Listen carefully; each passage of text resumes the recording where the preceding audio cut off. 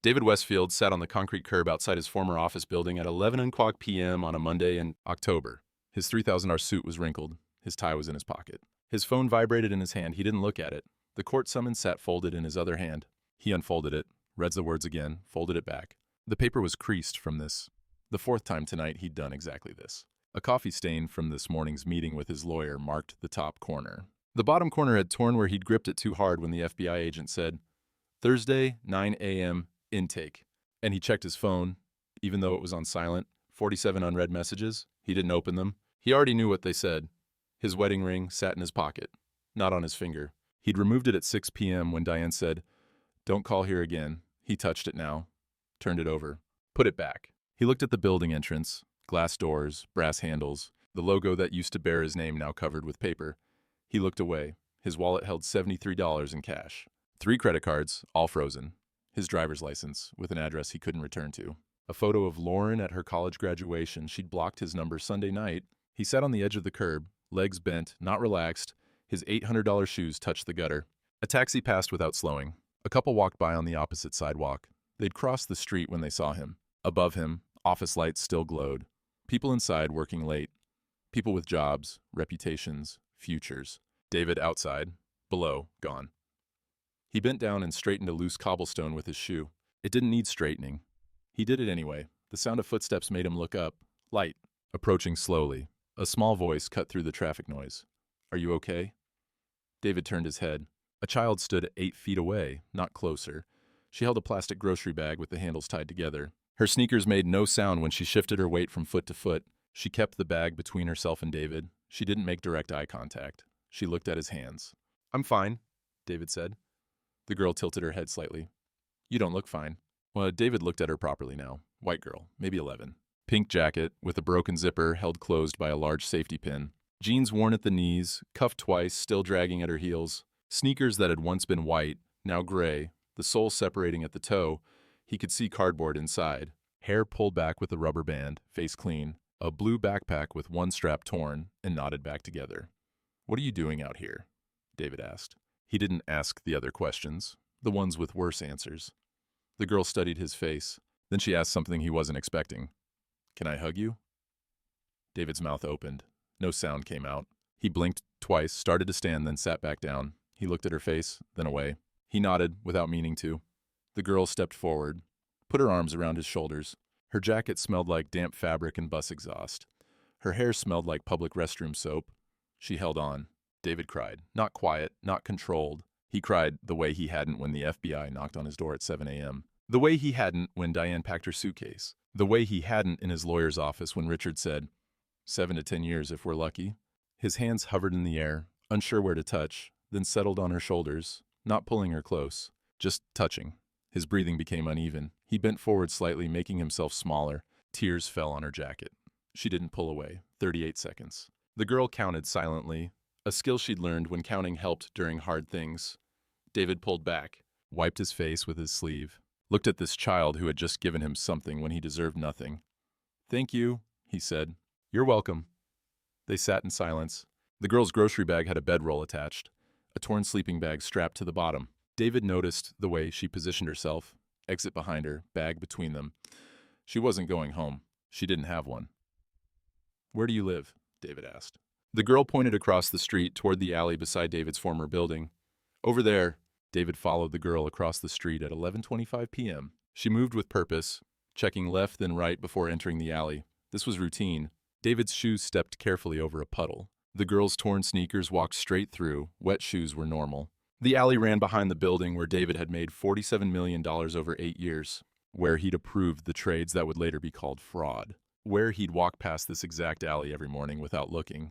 The girl led him to a service alcove behind a commercial dumpster, restaurant garbage. Sometimes there was food. Her spot, cardboard boxes flattened and layered. A torn sleeping bag, blue, with fading dinosaurs, too small for an 11-year-old. She'd had it for years. One corner showed careful stitching, the thread a different color. Someone had repaired it once before. Her backpack served as a pillow. A plastic tarp, stolen from a construction site, kept the rain off. David stopped walking. He looked at the sleeping bag, the cardboard, the dumpster. He looked up at the building, 7th floor, corner office. His office. Lights off now. His jaw tightened. He touched the brick wall, steadying himself. He opened his mouth. Nothing came out. How long have you been? He couldn't finish the sentence. 3 months, the girl said. Since June. Your parents. My mom died. April. The girl's voice carried no inflection. Not tragedy, just fact. Your dad? Never met him. Foster care? Social services? The girl shrugged. They're full. I'm on a list. Silence. 22 seconds. David removed his jacket. Wool, charcoal, Tom Ford, with his monogram still visible inside the left pocket. DRW. Take this, it's cold. The girl stared at the jacket.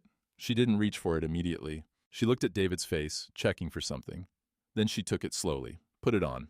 The sleeves hung past her hands. She didn't say thank you. Words weren't enough for this. Are you hungry? David asked. The girl nodded. Always. Murphy's Diner sat 3 blocks away, the only place still open. David pushed through the glass door at 11:52 p.m. Vinyl booths, fluorescent lights, coffee smell. A waitress in her 50s looked up from the counter. The girl chose the booth in the back corner, the one with a view of the entrance. She sat on the edge of the seat, not relaxed, put her backpack between herself and the wall, kept David's jacket on even though the diner was warm. The waitress approached, name tag Lorraine. She looked at David, expensive suit, watch, then at the girl, the oversized jacket, the dirty sneakers, the careful eyes. What can I get you? Lorraine asked. What do you want? David said to the girl. Water. Food. What food do you want? The girl looked at the menu but didn't touch it. I'm not very hungry. Emily, order food.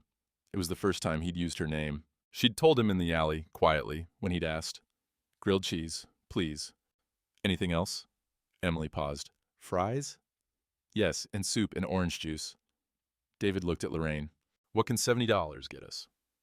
Lorraine's expression softened slightly. I'll bring some options. While they waited, Emily drank 3 glasses of water. She straightened the salt and pepper shakers on the table, folded and unfolded her napkin, looked at the bathroom door, but didn't leave her seat, wouldn't leave her backpack. David watched her drink, realized this wasn't her first time being very thirsty. He noticed her hands, nails clean, but cuticles rough. When the food arrived, she counted the fries, making sure they were all there. She ate quickly, not savoring, survival eating. What's in there? David asked, gesturing to the backpack. Everything. The word hung between them, her whole life, in one bag. Lorraine refilled David's coffee. She looked at him harder this time, went to the kitchen, came back with a man, the manager. Frank, mid-40s, skeptical eyes. Everything okay here? Frank asked. Yes, David said. Frank looked at Emily. You okay, sweetheart? Emily nodded. Yes, sir. Frank moved closer to David, voice quieter. I know who you are. David met his eyes. I know. You with her? I'm helping her. Helping how? David could have explained. Could have said, I found her homeless, I'm buying her food, I'm not dangerous, I'm just trying to... But explaining sounded like excusing. Silence cost less. She needed food, David said simply. I bought her food, that's all. Frank studied him, then Emily, then David again. Okay, long as she's safe. He left.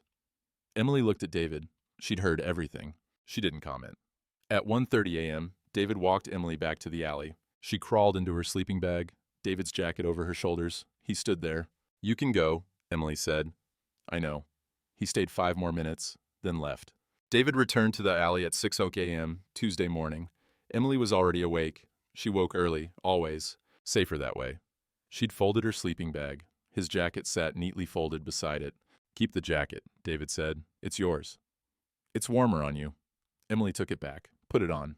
David had a plan. 2 days before prison, he would find Emily a shelter bed, connect her with social services, get her into the foster care queue, make sure someone checked on her. They waited outside the County Department of Child and Family Services until it opened at 9 a.m. The waiting room had plastic chairs, forms, fluorescent lights, 12 other people waiting. Emily counted ceiling tiles. 42. David checked his phone. No new messages from his family. Emily avoided eye contact with the caseworkers walking past. David rehearsed what he'd say. Their name was called at 10:15 a.m. The caseworker, Brenda, 50s, exhausted but kind, gestured them into her cubicle. Name? Brenda asked. Emily. David paused. I'm sorry. Emily, what's your last name? Chen. Age? 11. Guardian? Silence. She doesn't have one, David said. Her mother passed in April. She's been on the street since June. Brenda typed, looked up. And you are? David Westfield. Brenda's fingers paused on the keyboard. Recognition crossed her face. Yes. You're hurt. Oh, no. I met her yesterday. She's homeless. I'm trying to help her find placement. Brenda ran Emily's information through the system. Found her. Emily had been placed in emergency foster care in May. She'd run in June. She was on a wait list for permanent placement. Current wait time, 6 to 8 months. Emergency shelter availability, 0 beds until Thursday. I can put her on the priority list, Brenda said. Give you resource information, but I can't bypass the wait. The system is full. She handed David a packet. St. Mary's Youth Shelter on Maple Street. Hope House on the east side. Waitlist. YMCA emergency program. Full. Thursday, Brenda said. St. Mary's will have a bed Thursday morning, 8 a.m. Bring her then. Outside, Emily looked at David. It's okay. I told you. I know how to wait. That's not... David stopped. Because what? Not fair, not right. She already knew. David spent the afternoon making calls from a park bench while Emily sat beside him. St. Mary's Youth Shelter? Confirm bed Thursday morning. They'd need proof of identity. Emily had nothing. No birth certificate. No school records. His lawyer, Richard. David, you can't delay Thursday. Voluntarily surrendering is your only leverage with the judge. His sister Maria. David, I have 3 kids. I can't take in a random homeless child. Are you insane? Then after a long pause. Give me her information. I'll visit once, maybe. No promises. His daughter Lauren. Voicemail full. Won't accept messages. His ex-wife Diane. You don't get to play hero now. Emily heard every call. She didn't comment. At 2:00 p.m., they went to the public library where Emily spent her days. She found her table in the corner, took out worksheets, math problems from last year's 5th grade class. She was teaching herself. David watched her routine, position herself where she could see exits, avoid the children's section where librarians ask questions, eat a granola bar slowly, making it last, wash her face methodically in the bathroom, check her backpack every 20 minutes. Emily wasn't helpless. She had survival competence David had never needed. She knew which bathrooms were cleanest, which librarians were kind, how to stay invisible, when to leave before being told. At 5:00 p.m., the librarian, Ms. Chen, elderly kind, approached their table. Emily, I saw your name on the hold list. Did you want those books? Emily started to respond, then stopped. I can't. I don't have, she meant, an address, a valid library card. I'll hold them for you, Ms. Chen said, for when you do. Emily nodded. She knew the books would go back on the shelf eventually. Outside the library, David said, You don't have to stay. Emily looked at him. I know. He stayed anyway. David bought 2 tacos for Emily and one for himself from a food truck at 5:15 p.m. They sat on a park bench overlooking the river. Emily ate quickly, checked over her shoulder twice during the meal. When she finished one taco, she carefully wrapped half of the second in a napkin, put it in her backpack. David noticed, but didn't comment. Realized it was strategic, always have food for tomorrow. Do you go to school? David asked. Used to. Before. Before your mom. Yeah. You were in what grade? 5th. I was good at math. Past tense. That version of her was gone. You could go back. Social services can... They need an address. I don't have one. Silence. 15 seconds. What was her name? David asked. Your mom. Emily's answer took a long time. Linda. David heard what she didn't say. Don't ask me more. He didn't. Emily turned the question back. What did you do? The thing that sent you to prison? David hadn't expected this. I stole money from people who trusted me. Why? Because I wanted more.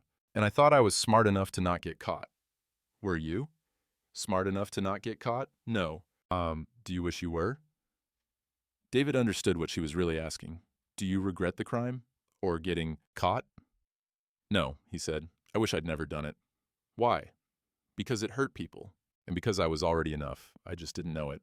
Emily nodded. She understood more than an 11-year-old should. They walked from the park to the alley at 7:15 p.m.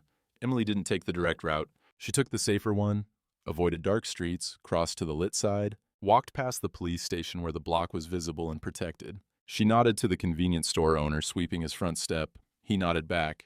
David noticed. She'd mapped the safe zones. She knew which blocks had cameras, which had people, which had nothing. Emily counted steps as they walked. A calming technique. 1, 2, 3, 47 steps to the alley entrance. David walked between her and the street without thinking about it. At the alley entrance, Emily stopped. Will you forget about me? David stopped walking. No. Everyone does. Eventually. I won't forget you. You say that now. David crouched to her level. Emily, in 2 days I'm going to prison. I'm going to be in a cell. I'm going to have nothing to do but think. I will think about you. I will remember this. I will remember you. I promise. Emily's eyes filled, but she didn't cry. Okay. She didn't believe him, but she wanted to. At 8:30 p.m., in the alley, Emily prepared for sleep. David sat on an overturned crate nearby. He wasn't leaving yet. Emily opened her backpack. She unfolded a drawing, crayon on paper, carefully creased, 2 stick figures labeled Mom and Me, hearts around them. Dated March 15th, 1 month before Linda died. Emily looked at it for 10 seconds, folded it back, returned it to the front pocket. Next, a library card. Expired June 2023. Name, Emily Chen. Photo, younger Emily, smiling. She rubbed her thumb over the photo, put it back. A photograph. Emily and Linda at the beach, both laughing. Emily maybe 8, Linda young, healthy, alive. Emily stared at this one for 37 seconds. She looked happy, David said quietly. She was, before she got sick. What happened? Cancer. It was fast. Don't ask me to describe it. I can't. 3 birthday candles came next. Unused, pink, yellow, blue, still in plastic wrapper. What are those for? David asked. My birthday, March 10th. Mom always sang, I saved these, from her last shopping trip. She bought them for my birthday. She died before it came. I've never lit them. I'm saving them for when someone sings again. David sat silently for 2 full minutes. Finally, March 10th. I'll remember. Last item, a painted rock, red heart on white stone, handmade. I made it for her. For Mother's Day. It's beautiful. Emily put everything back, carefully, in order. At 10 o'clock p.m., Emily spoke again. Why did you stop when I hugged you? Stop what? Crying. Everyone stops eventually. But you stopped because of me. David realized she was right. Because you reminded me that someone still sees me as human. Are you human, or are you just a bad guy now? David could have said, I'm human, I made a mistake, I'm more than my worst decision. But that's what everyone said, what his lawyer told him to say. I don't know, David said. I did something really bad, I hurt people. Some of them lost their savings because of me. A man, his name was Thomas, he lost his daughter's college fund because I was greedy. Did you mean to hurt him? No, but I knew I might, and I did it anyway. That's the bad part. Yeah. But you're trying now, that's something. Is it enough? Emily shrugged. I don't know, but it's more than nothing. David stood to leave at 10:30 p.m. David? Yeah? Thank you for not running away. Everyone else did. Wednesday morning, David's last full day of freedom. He'd exhausted every option by noon. St. Mary's had confirmed Thursday's bed contingent on Emily providing identification she didn't possess. Long-term foster care had a 6-month wait. His criminal record disqualified him from any guardian role. Maria had reluctantly agreed to 1 visit, maybe. Lauren still wouldn't answer. Diane had said, you don't get to play hero now. David couldn't be Emily's foster parent, couldn't be her guardian, couldn't be her mentor, couldn't be her safety net. All he could be, present, for 24 more hours. At noon, they returned to Murphy's Diner. Lorraine saw them enter, brought extra fries without asking, charged for 1 meal instead of 2. What will prison be like? Emily asked. I don't know. I've never been. Will they hurt you? Maybe. I hope not. I'll be scared for you. David's voice cracked slightly. Don't be. I deserve what's coming. That doesn't mean I won't be scared. Silence. David changed direction. Emily, if you could have anything, not money, anything else, what would you want? Emily thought for a long time. A room with a door that locks, and no one can come in unless I say safety, privacy, control. That's what the shelter will have, David said. For how long? I don't know.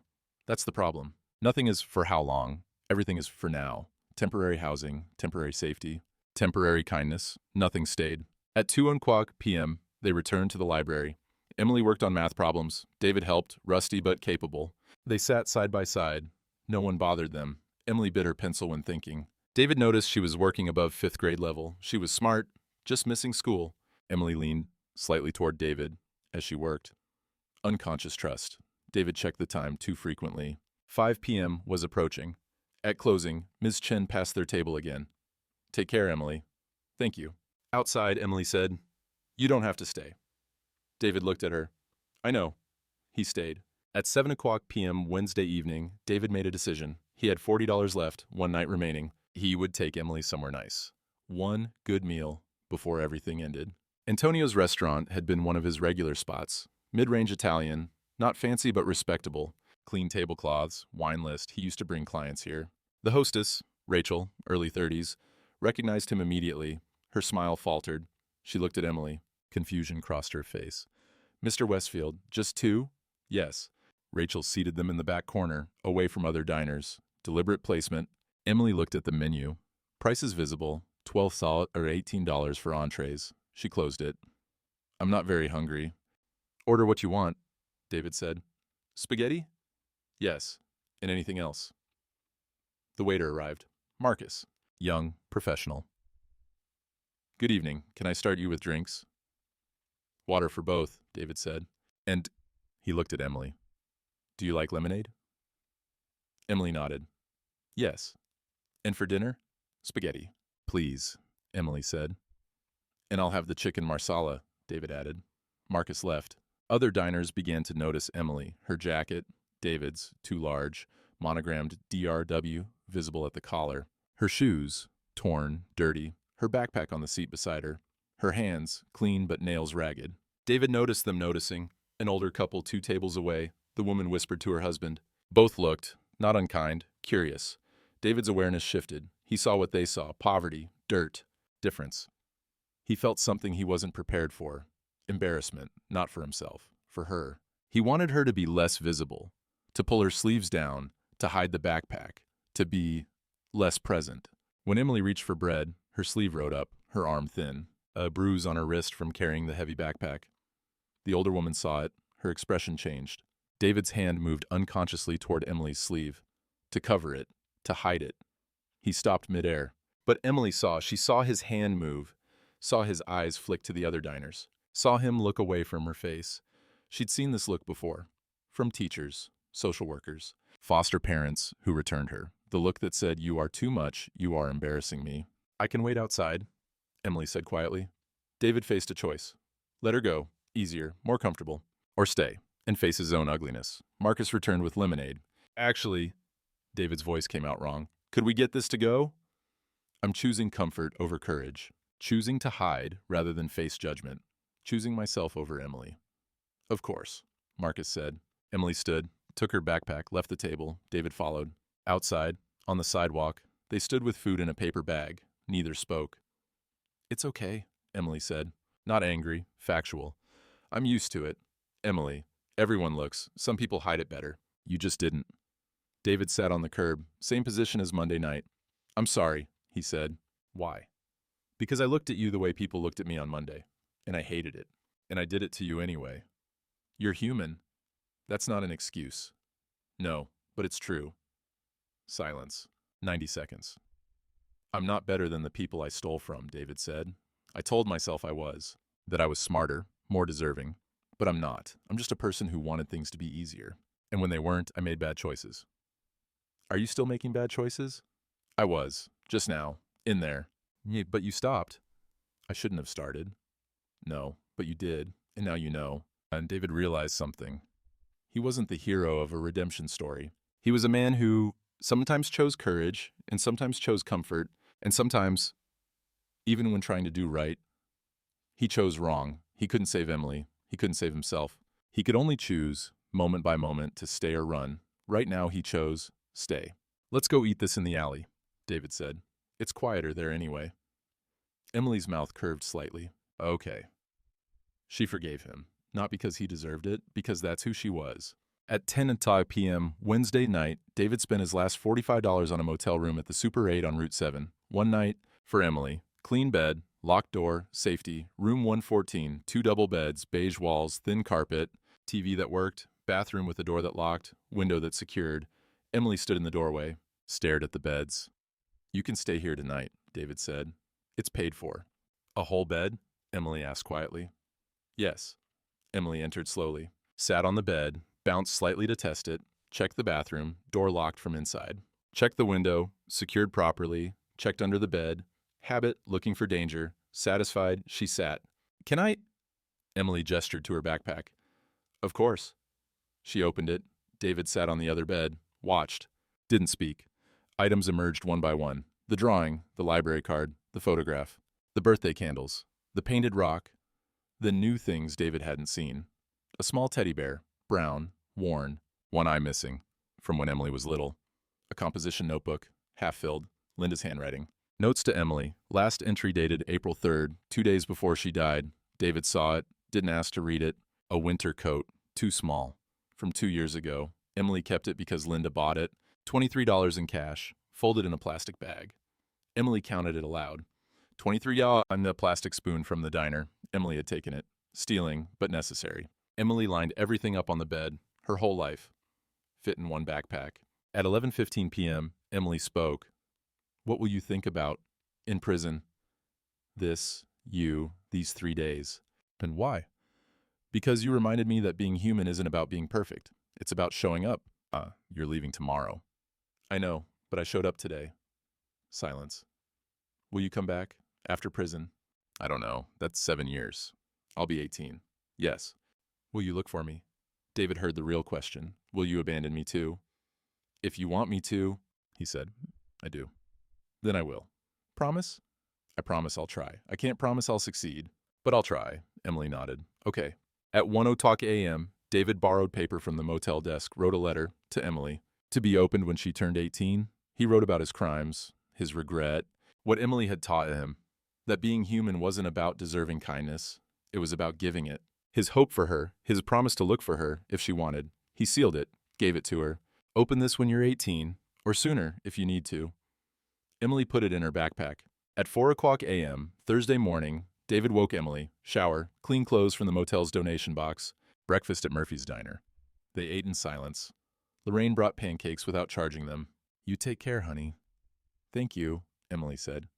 You too, Lorraine said to David. He nodded. At 6:12 a.m., David and Emily sat on the steps of St. Mary's Youth Shelter, waiting for intake at 8:00 a.m. The building was brick, clean, secure. Emily checked for exits, counted windows, 17, held her backpack tightly, didn't speak. David sat beside her, didn't rush, waited. At 6:30 a.m., an intake worker arrived. Sandra, 40s, kind but tired. Emily Chen? Emily stood. Yes. Come on in, let's get you settled. Emily looked at David. He crouched to her level. You're going to be okay. Are you? Eventually. Emily hugged him, quick, then let go. Can he visit? Emily asked Sandra. Family can visit. Are you... Sandra looked at David. No, I'm... David paused. What was he? I'm a friend. Friends can visit too. But right now, let's focus on getting you settled. Emily entered the building, looked back once. David waved. The door closed. David sat on the steps for 10 more minutes, then left.